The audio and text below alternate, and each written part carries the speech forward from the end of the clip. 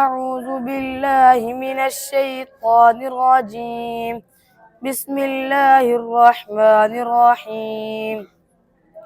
يا أيها الذين آمنوا لا يحل لكم أن ترثوا النساء كرها ولا تعذلوهن لتذهبوا ببعض ما آتيتموهن إلا أن يأتين بفاحشة مبينة وعاشروهن بالمعروف فإن كرهتموهن فعسى أن تكرهوا شيئا ويجعل الله فيه خيرا كثيرا.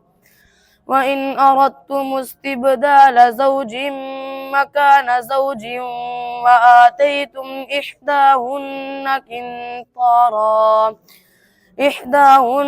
قنطارا فلا تأخذوا منه شيئا أتأخذونه بهتانا وإثما مبينا.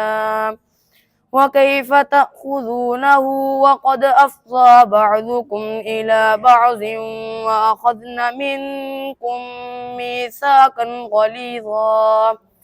ولا تنكحوا ما نكح آباؤكم من النساء إلا ما قد سلف إنه كان فاحشة ومقتا وساء سبيلا. صدق الله العظيم.